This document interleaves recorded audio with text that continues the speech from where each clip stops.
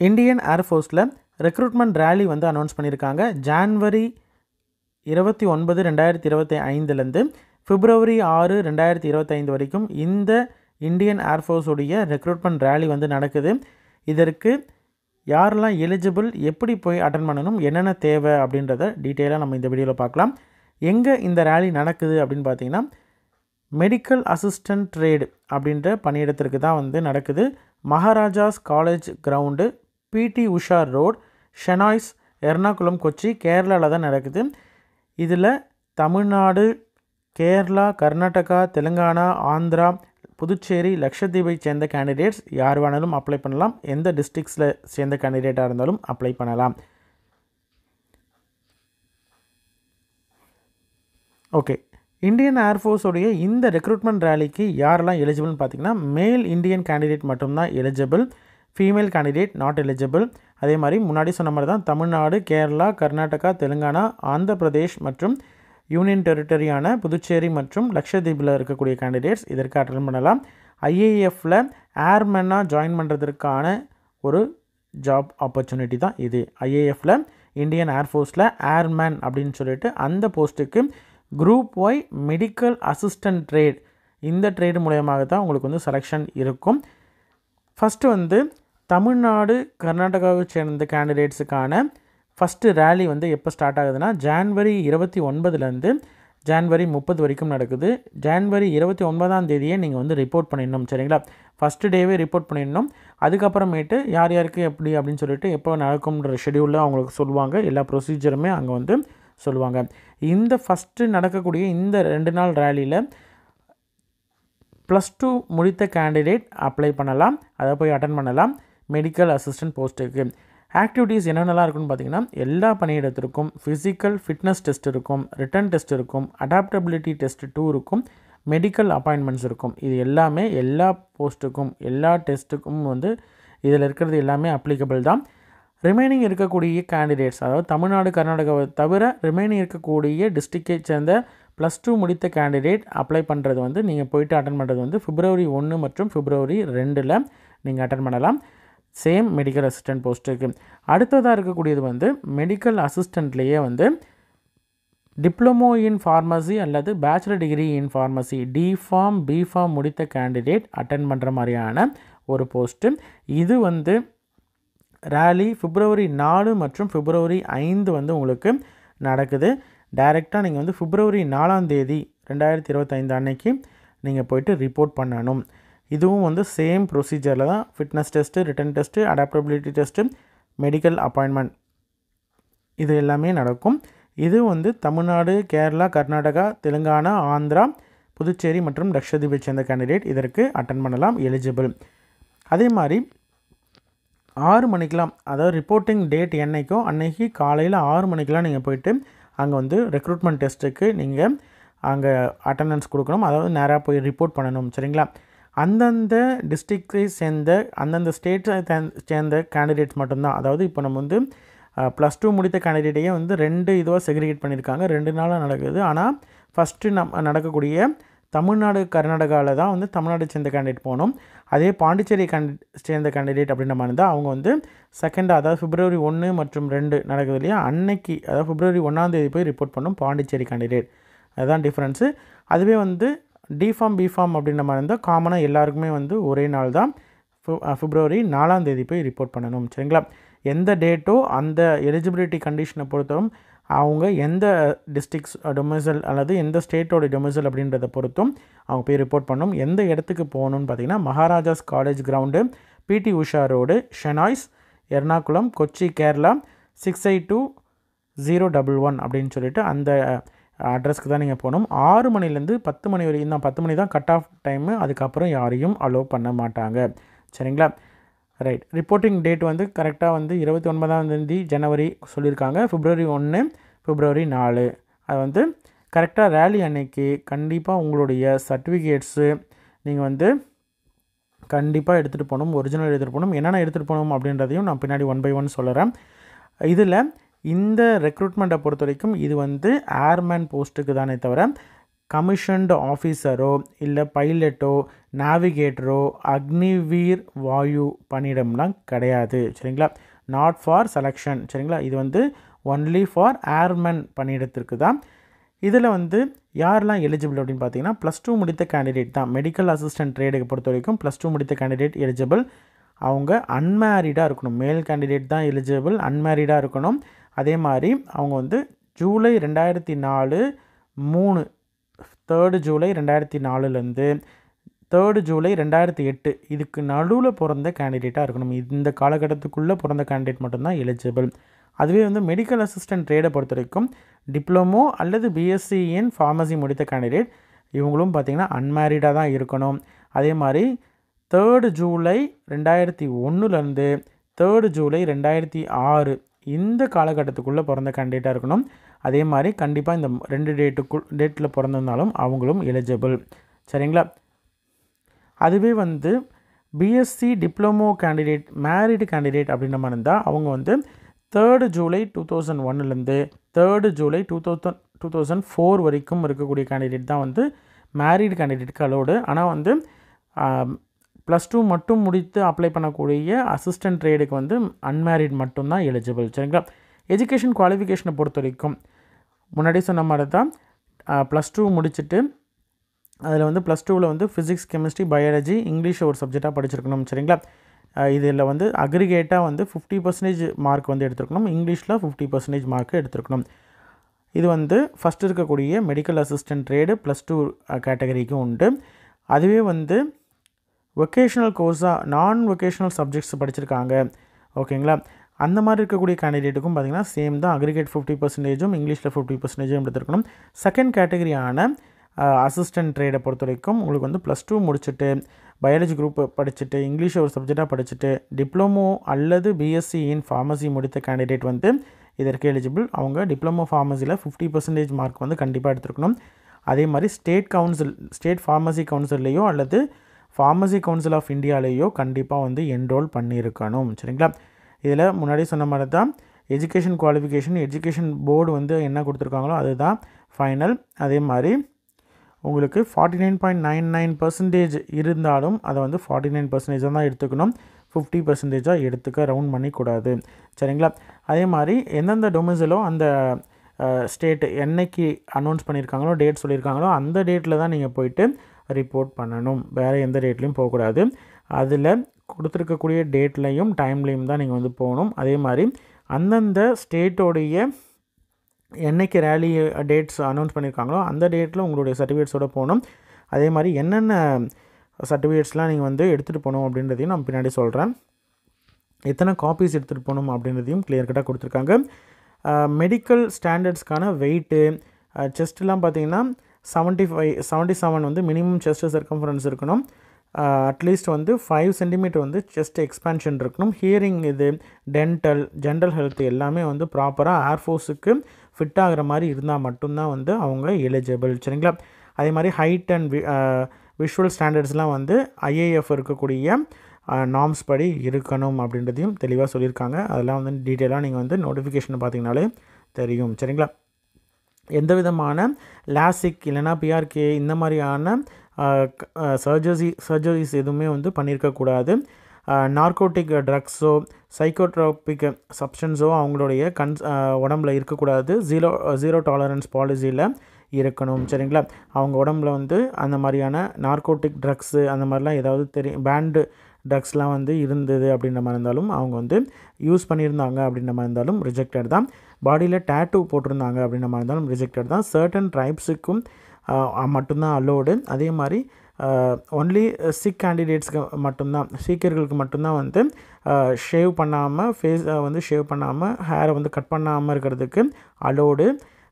Religious cut பண்ணுறதுக்கு prohibit பண்ணக்கூடிய கேண்டிடேட்ஸ்க்கு மட்டும்தான் வந்து பெர்மிஷன் உண்டு. ரிமைனிங் கேண்டிடேட்ஸ் எல்லோரும் கண்டிப்பாக வந்து ப்ராப்பராக அவங்கள ட்ரெஸ் கோடும் சரி அவங்களுடைய அப்பியரன்ஸும் சரி ப்ராப்பராக ஐஏஎஃப்ஓடைய நார்ம்ஸ்க்கு இருக்கணும். சரிங்களா, என்னென்னலாம் எடுத்துகிட்டு வரணும்னு பார்த்தீங்கன்னா கண்டிப்பாக வந்து ரேலிக்கு வரும் பொழுது HB pencil, eraser, sharpener, glue stick, stapler, black மற்றும் ப்ளூ பால் பாயிண்ட் பென் எழுதுறதுக்கு எடுத்துகிட்டு வரணும். 10 செட்டு வந்து அன்அட்டஸ்டட் ரீசெண்டாக பாஸ்போர்ட் சைஸ் ஃபோட்டோ வந்து 6 மாதத்துக்குள்ளே எடுத்தால் பாஸ்போர்ட் சைஸ் ஃபோட்டோ வந்து எடுத்துகிட்டு வரணும். அதில் உங்களுடைய பேக்ரவுண்ட் வந்து லைட் கலரில் இருக்கணும், ஃபேஸு கிளியராக இருக்கணும். சைடில் எங்கேயும் பார்த்துட்டு கூட ஃபேஸு டைரெக்டாக நீங்கள் கேமராவை பார்க்குற மாதிரி உங்களுடைய ஃபுல் ஃபேஸும் வந்து விசிபிளாக இருக்கிற மாதிரி இருக்கணும். சரிங்களா, கவர் பண்ணியிருக்கக்கூடாது. அதே மாதிரி ஒரிஜினலும் சரி 4 self attested photo copy xerox வந்து 10th மார்க் ஷீட் எடுத்துக்கணும். சரிங்களா, அதே மாதிரி +2 மார்க் ஷீட்டு, வொகேஷ்னல் அப்படின்ற மாதிரி தான் வொகேஷ்னல் பாஸ் பண்ணுறதுக்கான பாஸ் சர்டிஃபிகேட்டும் மார்க் ஷீட்டும் எடுத்துக்கணும். இது எல்லாமே ஒரிஜினல் ப்ளஸ் 4 செட்டு ஜெராக்ஸ். அதில் ஜெராக்ஸில் வந்து நீங்கள் சைன் பண்ணியிருக்கணும். இதே மாதிரி டிப்ளமோ பிஎஸ்சி கேண்டிடேட் ஃபார்மசியில் அப்படின்ற மாதிரி தான் அதனுடைய பாஸ் சர்டிஃபிகேட்டும், அதாவது டிகிரி சர்டிஃபிகேட்டும் சரி, ப்ரொஃபஷனலும் சரி, மார்க் ஷீட்டும் சரி, அது எல்லாத்தையும் வந்து ஒரிஜினல் எடுத்துக்கணும். 4 செட்டு வந்து செல்ஃப் அட்டஸ்டட் காப்பி எடுத்துக்கணும். அதே மாதிரி நீங்கள் வந்து ஏர்ஃபோர்ஸ் பர்சனுடைய சன் அப்படின்ற மாதிரி இருந்தால் அதற்கான ப்ரூஃபும் வந்து நீங்கள் வச்சுருக்கணும். அதே மாதிரி எந்த டொமிசில், அதாவது நேட்டிவிட்டி எந்த டிஸ்ட்ரிக் அப்படின்ற எந்த ஸ்டேட் அப்படின்றதற்கான நேட்டிவிட்டி சர்டிஃபிகேட்டும் நீங்கள் வந்து கண்டிப்பாக எடுத்துகிட்டு போகணும். அதுவுமே வந்து நீங்கள் ப்ராப்பராக வந்து ஜெராக்ஸ் 4 செட்டு ஜெராக்ஸ் எடுத்துக்கிட்டு ஒரிஜினல் எடுத்துகிட்டு போகணும். ஆல்ரெடி ஒர்க் பண்ணிகிட்ருக்கீங்க அப்படின்ற மாதிரி தான் என்ஓசி எடுத்துகிட்டு போகணும். ஓகேங்களா, என்சிசி சர்டிஃபிகேட் இருக்குது அப்படின்ற மாதிரி தான் ஒரிஜினல் ப்ளஸ் 4 செட்டு ஜெராக்ஸ் வந்து எடுத்துகிட்டு போகணும். இது எல்லாம் எடுத்துகிட்டு டேரெக்டாக நீங்கள் வந்து அங்கே போயிட்டு அட்டன் பண்ணலாம். சரிங்களா, ஃபிசிக்கல் ஃபிட்னஸுக்கும் சரி, மெடிக்கல் டெஸ்ட்டுக்கும் சரி உங்களுக்கு வந்து இந்த மாதிரி கன்சர்ன் ஃபார்ம் வந்து கொடுப்பாங்க. இந்த கன்சர்ன் ஃபார்ம் வந்து ஃபிசிக்கல் ஃபிட்னஸ் டெஸ்ட்டுக்கும் மெடிக்கல் டெஸ்ட்டுக்கும் இது வந்து உங்களுடைய பேரண்ட் கிட்டேருந்து நீங்கள் வந்து வாங்கிட்டு வரணும். இந்த கன்சர்ன் ஃபார்மை வந்து நீங்கள் பிரிண்ட் அவுட் எடுத்துக்கணும். பிரிண்ட் அவுட் எடுத்துகிட்டு அப்படின்றது இந்த இடத்துல வந்து உங்களுடைய பேர் எழுதுனீங்க அப்படின்ற மாதிரி தான், அதாவது உங்களுடைய பேர் கேண்டிடேட்டோட பேர் இங்கே வந்து கார்டியன் ஆஃப் சன் ஆஃப்னு இது அடிச்சுட்டு சன் ஆஃப் அப்படின்னு சொல்லிட்டு உங்களுடைய ஃபாதரோட நேம், ஃபாதர் அப்படின்னு வச்சுக்கிட்டிங்கன்னா ஃபாதர், இல்லை கார்டியன்னா கார்டியனோட பேர். உங்களுடைய கேண்டிடேட்டோடைய நேம் இங்கே எழுதுறீங்கன்னா ரிமைனிங் அடிச்சுட்டு சன் ஆஃப்னு போட்டு உங்களுடைய பேரண்ட்டோட நேமை இங்கே எழுதணும்.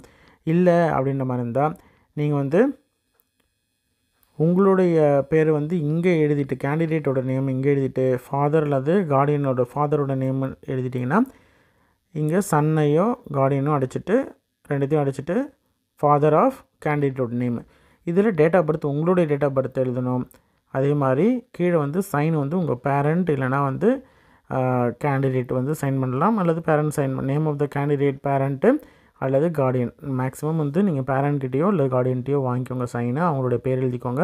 ரிலேஷன்ஷிப் உங்களுக்கு என்ன ரிலேஷன் அப்படின்னு சொல்லிட்டு கேண்டிடேட்டுக்கு வந்து என்னது ஃபாதர்னா ஃபாதர், மதர்னா மதர் அப்படின்னு சொல்லிட்டு எழுதிட்டு டேட் எழுதிக்கோங்க. இது வந்து பிரிண்ட் அவுட் எடுத்துகிட்டு ரேலி வென்யூக்கு போகும்போது கண்டிப்பாக எடுத்துகிட்டு போகணும். சரிங்களா, இதில் ஜாயின் பண்ணக்கூடிய கேண்டிடேட் வந்து 20 வருடத்துக்கு வந்து 20 இயர்ஸ்க்கு வந்து சர்வீஸ் கண்டிஷன் வந்து கொடுப்பாங்க. அதுக்கப்புறம் எக்ஸ்டெண்ட் பண்ணுற மாதிரி இருந்தாலும் எக்ஸ்டெண்ட் பண்ணுவாங்க. அப் டு மேக்ஸிமம் ஏஜ் வந்து 57 இயர்ஸ் வரைக்குமே உங்களுக்கு வந்து சர்வீஸை வந்து கண்டினியூ பண்ணலாம். ஃபஸ்ட் எடுத்தோடனே ஜாயிண்ட் பேசிக் ஃபேஸ் ட்ரைனிங் JBPTக்கு வந்து ட்ரைனிங்க்கு அனுப்புவாங்க, பேசிக் ட்ரைனிங் இன்ஸ்டியூட்டுக்கு அனுப்புவாங்க. ஒன்ஸ் நீங்கள் சக்ஸஸ்ஃபுல்லாக ட்ரைனிங்கை முடித்ததுக்கு அப்புறமேட்டு உங்களுக்கு வந்து ட்ரைனிங் ஃபெயில் ஆகிட்டாங்க அப்படின்ற மாதிரி இருந்தால் ஃபிசிக்கல் ஃபிட்னஸ்லையோ இல்லை மெடிக்கல் ஃபிட்னஸ்லையோ வேறு எல்லாத்துலேயும் கிளியர் பண்ணி ஃபெயில் ஆகிட்டாங்க அப்படின்ற மாதிரி இருந்தால் அவங்களுக்கு வந்து ட்ரைனிங்லேருந்து எடுத்துருவாங்க. அதே மாதிரி ட்ரைனிங்கை சக்ஸஸ்ஃபுல்லாக வந்து கம்ப்ளீட் பண்ணுறாங்க அப்படின்ற மாதிரி இருந்தால் அவங்களுக்கு வந்து IAFல ஜாப் வந்து டைரெக்டாக ஏர்மேன் அப்படின்ற டிசிக்னேஷனில் வந்து உங்களுக்கு ஜாப் கொடுப்பாங்க. ட்ரைனிங் பீரியடில் நீங்கள் தனியாக தான் தங்கணும். அதே மாதிரி அன்மேரிடாக இருக்கக்கூடிய கேண்டிடேட் வந்து ஜாயின் பண்ணுறீங்க அப்படின்ற மாதிரி இருந்தால் ட்ரைனிங் முடிகிற வரைக்கும், ஓகேங்களா, ட்ரைனிங் முடிகிற வரைக்கும் நீங்கள் மேரேஜ் பண்ணிக்கக்கூடாது. சரிங்களா, பே அலவன்ஸை பொறுத்த வரைக்கும் உங்களுக்கு ட்ரைனிங் பீரியடில் 14,600 ரூபாய் அப்படின்ற ஸ்கேலில் இருக்கும். அதுக்கப்புறம் வந்து மினிமம் சர்வீஸ் பே MSPன்னு சொல்லிட்டு 26,900 ரூபாய் அப்படின்னு சொல்லிட்டு பர் மந்த்துக்கு இருக்கும். சப்சிக்வெண்ட் இயர்ஸில் வந்து கொஞ்சம் கொஞ்சமாக இன்க்ரீஸ் பண்ணுவாங்க. நீங்கள் காம்போசிட் பர்சனல் அலவன்ஸ் அப்படின்னு சொல்லிட்டு அது leave ration allowance, child education allowance, HRA, இந்த மாதிரி எல்லா விதமான அலவன்ஸஸும் உங்களுக்கு உண்டு. நீங்கள் ஒன்ஸ் சக்ஸஸ்ஃபுல்லாக ட்ரைனிங் முடிச்சிட்டிங்க அப்படின்ற மாதிரி இருந்தால் அதுக்கப்புறம் சர்வீஸ்க்கு ஜாயின் பண்ணிட்டீங்க அப்படின்ற மாதிரி இருந்தால் அந்த இன்பிட்வீன் பீரியடில் நீங்கள் வந்து ஹையர் ஸ்டடீஸும் நீங்கள் படிக்கலாம். சரிங்களா, 60 நாள் லீவு, அதே மாதிரி 30 நாள் கேலண்டரில் வந்து உங்களுக்கு சர்வீஸ் எவ்வளோ கம்ப்ளீட் பண்ணுறீங்க அப்படின்றது. கேஷுவல் லீவ்ஸுமே வந்து ஒரு வருடத்துக்கு 30 நாள் வரைக்கும் கேஷுவல் லீவ்ஸும் எடுத்துக்கலாம். LTC வந்து நீங்கள் அவைல் பண்ணிவிட்டு நீங்கள் வந்து ஹோம் டவுன் போகிற மாதிரி இருந்தாலும் சரி, ஆல் ஓவர் இந்தியா போகிற மாதிரி இருந்தாலும் சரி, அது டூருக்கும் நீங்கள் போகலாம். ஃபேமிலி கூட்டிகிட்டு நீங்கள் வந்து லீவ் ட்ராவல் கன்செஷனும் வந்து ஃபெசிலிட்டி வந்து அவைல் பண்ணிக்கலாம். குரூப் இன்சூரன்ஸை பொறுத்த வரைக்கும் உங்களுக்கு வந்து இன்சூரன்ஸ் கவர் ஆகிறது வந்து 62.5 லட்சம் வரைக்கும் வந்து உங்களுக்கு 63 லட்சம் வரைக்கும் உங்களுக்கு வந்து பர் மந்த்து 3200 அப்படின்ட்டு நீங்கள் பே பண்ணி ப்ரீமியம் பே பண்ணி நீங்கள் வந்து அந்த இன்சூரன்ஸும் உங்களுக்கு வந்து கொடுப்பாங்க. இந்த மாதிரி எல்லா விதமான மெடிக்கல் அசிஸ்டன்ஸுமே கூட உங்களுக்கு உண்டு. ஆக மொத்தம் உங்களுக்கு வந்து ஒன்ஸ் ஜாயின் பண்ணிட்டீங்க அப்படின்ற மாதிரி இருந்தால் உங்களுக்கு வந்து சேலரியாக இருக்கட்டும், அலவன்சஸாக இருக்கட்டும், அதே மாதிரி இருக்கக்கூடிய ஃபெசிலிட்டிஸாக இருக்கட்டும், எல்லாமே வந்து உங்களுக்கு ஹை கிளாஸில் உங்களுக்கு ப்ராப்பராக கொடுப்பாங்க. சரிங்களா? அதே மாதிரி வெரிஃபிகேஷனை பொறுத்த வரைக்கும் உங்களுக்கு வந்து 10th மார்க் ஷீட்டாக இருக்கட்டும், 12th mark sheet, degree, diploma என்ன நீங்கள் ப்ரொடியூஸ் பண்ணாலும் சரி, என்சிசி சர்டிஃபிகேட்டு, அதே மாதிரி உங்களுடைய ஃபாதர் வந்து ஏர்ஃபோர்ஸ் பர்சன் அப்படின்ற மாதிரி இருந்தால் அது மாதிரி என்ன சர்டிஃபிகேட் நீங்கள் கொடுத்தாலும் அதை வந்து ப்ராப்பராக அவங்க வந்து வெரிஃபிகேஷன் பண்ணுவாங்க. வெரிஃபிகேஷன் பண்ணிவிட்டு உடனே உங்களுக்கு வந்து அன்றைக்கே கொடுத்துருவாங்க. அதை ஸ்க்ரூட்டனைஸ் பண்ணுறதுக்கோ அல்லது வந்து கன்ஃபர்மேஷன் ஏதாவது டவுட்ஃபுல்லாக இருக்குது அப்படின்ற மாதிரி இருந்தால் கன்ஃபர்மேஷனுக்கு அனுப்புறதுக்கு அவங்க வந்து சென்ட் பண்ணுவாங்க. சரிங்களா? ஃபிசிக்கல் ஃபிட்னஸ் டெஸ்ட்டை பொறுத்த வரைக்கும் 1.6 கிலோமீட்டர் வந்து 7 நிமிஷத்தில் நீங்கள் வந்து ரன் பண்ணுற மாதிரி இருக்கும். இது வந்து 21 வயது கேண்டிடேட்டு. அதுவே வந்து 21 வயது டிப்ளமோ இல்லைனா பிஎஸ்சி கேண்டிடேட் அப்படின்ற மாதிரி இருந்தால் 7 நிமிஷம் 30 செகண்ட் வந்து நீங்கள் ஓடணும். சரிங்களா? 10 புஷ்அப்ஸும் 10 சிட்டப்ஸும் 20 ஸ்குவாட்ஸும் நீங்கள் வந்து பண்ணுற மாதிரி இருக்கும் ஃபிசிக்கல் ஃபிட்னஸ் டெஸ்ட்டில். இதெல்லாம் ப்ராப்பராக நீங்கள் வந்து பண்ணி முடிச்சிட்டிங்க அப்படின்ற மாதிரி இருந்தால் ரிட்டன் டெஸ்ட்டுக்கு எலிஜிபிள் ஆவீங்க. ரிட்டன் டெஸ்ட்டை பொறுத்த வரைக்கும் அப்ஜெக்டிவ் டைப்பில் இருக்கும், இங்கிலீஷ் அல்லது ஹிந்தியில் இருக்கும். 20 கொஷின்ஸ் வந்து இங்கிலீஷில் வந்து இருக்கும். அதுக்கப்புறம் ரீசனிங் அண்ட் ஜென்ரல் அவேர்னஸில் 30 கொஷின்ஸ் இருக்கும். உங்களுக்கு 45 நிமிடங்கள் வந்து உங்களுக்கு எக்ஸாம் வந்து கண்டக்ட் பண்ணுவாங்க. சரிங்களா? +2 சிபிஎஸ்சி சிலபஸில் தான் உங்களுக்கு வந்து எக்ஸாம் இருக்கும். ஒவ்வொரு பேப்பருக்கும் செப்பரேட்டாக வந்து குவாலிஃபை ஆகணும். அதாவது இங்கிலீஷில் தனியாக பாஸ் ஆகணும், ரீசனிங் அண்ட் ஜென்ரல் அவேர்னஸில் தனியாக பாஸ் பண்ணணும். ஒவ்வொரு கரெக்டான ஆன்சருக்கும் 1 மதிப்பெண்ணும், ஆன்சரே பண்ணலை அப்படின்ற மாதிரி தான் எந்த விதமான மதிப்பெண்ணும் மைனஸும் ஆகாது, ஆடும் ஆகாது. தப்பாக ஆன்சர் பண்ணுறீங்க அப்படின்ற மாதிரி தான் 0.25, அதாவது 4 கொஷின் தப்பாச்சுன்னா 1 மதிப்பெண் வந்து போகும். அந்த மாதிரி அடாப்டபிலிட்டி டெஸ்ட்டை பொறுத்த வரைக்கும் ரிட்டன் டெஸ்ட்டில் நீங்கள் முடிச்சிட்டிங்க அப்படின்ற மாதிரி தான் பாஸ் ஆனால் தான் உங்களுடைய அடுத்து இருக்கக்கூடிய அடாப்டபிலிட்டி டெஸ்ட்டை வந்து நீங்கள் எந்த கண்டிஷனுக்கும், அதாவது கிளைமேட்டிக் கண்டிஷனாக இருக்கட்டும் இல்லை எந்த விதமான சுச்சுவேஷனுக்கும் நீங்கள் எப்படி அடாப்ட் ஆகுறீங்க அப்படின்றத கண்டுபிடிக்கிறதுக்கு தான் இந்த அடாப்டபிலிட்டி டெஸ்ட்டு. இதை முடிச்சதுக்கப்புறம் மெடிக்கல் எக்ஸாமினேஷன் பண்ணுவாங்க. மெடிக்கல் எக்ஸாமினேஷனில் உங்களுடைய பேசிக்காக இருக்கக்கூடிய பிளட் சாம்பிள்ஸாக இருக்கட்டும், யூரின் சாம்பிள்ஸாக இருக்கட்டும், பயோகெமிக்கல் அதாவது blood sugar level, radiographic chest, PA view, ECG இந்த மாதிரியான பேசிக்காக இருக்கக்கூடிய ரெக்ரூட்டிங் மெடிக்கல் ஆஃபீஸர் மூலியமாக அவங்களுடைய தலைமையில் உங்களுடைய இந்த மெடிக்கல் எக்ஸாமினேஷன் வந்து நடக்கும். இன்கேஸ் உங்களுக்கு அதில் சாட்டிஸ்ஃபைடாக இல்லை அப்படின்ற மாதிரி தான் மெடிக்கலில் வந்து அப்பீல் மெடிக்கல் போர்டுக்கு வந்து நீங்கள் 40 ரூபா பே பண்ணிவிட்டு நீங்கள் அப்பீல் பண்ணலாம். அதில் வந்து நீங்கள் கிளியர் பண்ணிங்கன்னா அடுத்தது உங்களுக்கு அடுத்த ஸ்டேஜுக்கு நீங்கள் வந்து போவீங்க. சரிங்களா? ஜென்ரலாக வந்து இதற்கு செலெக்ஷன் ப்ராசஸ்க்கு எந்த விதமான டிஏடிஏவும் கிளைம் பண்ண முடியாது. நீங்கள் ப்ரொவிஷனல் செலெக்ஷன் லிஸ்ட் யாரெல்லாம் செலக்ட் ஆகுறாங்க அப்படின்றத வந்து 14 airman selection centre, Kochi, Kerala, May 14, 2025 அன்னைக்கு வந்து டிப்ளமோ பிஎஸ்சி ஃபார்மசி ஹோல்டர்ஸ்க்கான separate PSL list, provisional selected list வந்து வெளியிடுவாங்க. வெப்சைட்லேயும் வந்து சென்ட்ரல் ஏர்மேன் செலெக்ஷன் போர்டும் வந்து வெளியிடுவாங்க. சரிங்களா? கேண்டிடேட் வந்து கரெக்டாக அதை செக் பண்ணி பார்த்துட்டு நீங்கள் வந்து ட்ரைனிங்கை அடுத்தது என்றைக்கு வர சொல்லியிருக்காங்களோ, ரிப்போர்ட் பண்ண சொல்லியிருக்காங்களோ அதை நீங்கள் போய் ரிப்போர்ட் பண்ணலாம். சரிங்களா? என்ரோல்மெண்ட் லிஸ்ட்டும் யாரெல்லாம் வந்து என்ரோல் பண்ணியிருக்காங்க அப்படின்றது லிஸ்ட்டுமே வந்து May 30, 2025 அன்றைக்கி ஏர்மேன் இன்டேக் 2 2025 அப்படின்னு சொல்லிட்டு அது இந்த லிங்க்கில் வந்து இருக்கும். அதை வச்சு நீங்கள் வந்து செக் பண்ணி பார்த்துக்கலாம். சரிங்களா? இன்ட்ரெஸ்டட் கேண்டிடேட் அப்ளை பண்ணுங்கள். இதில் வந்து மினிமம் +2 முடித்த கேண்டிடேட்டும் diploma in pharmacy, bachelor degree in pharmacy, deform B Pharm முடித்த கேண்டிடேட்டுடைய ஜாப் இதற்கு எலிஜிபிள் கேண்டிடேட் அப்ளை பண்ணுங்கள். உங்களோட ஃப்ரெண்ட் சர்க்கிள்லேயோ ரிலேட்டிவ்ஸ்லேயோ தெரிஞ்சவங்க யாராவது வந்து இந்த மாதிரியான ஏர்ஃபோர்ஸ் ஜாபுக்கெலாம் ட்ரை பண்ணிகிட்ருக்காங்க அப்படின்ற மாதிரி தான் அவங்களுக்கு இந்த இன்ஃபர்மேஷனை தெரியப்படுத்துங்க.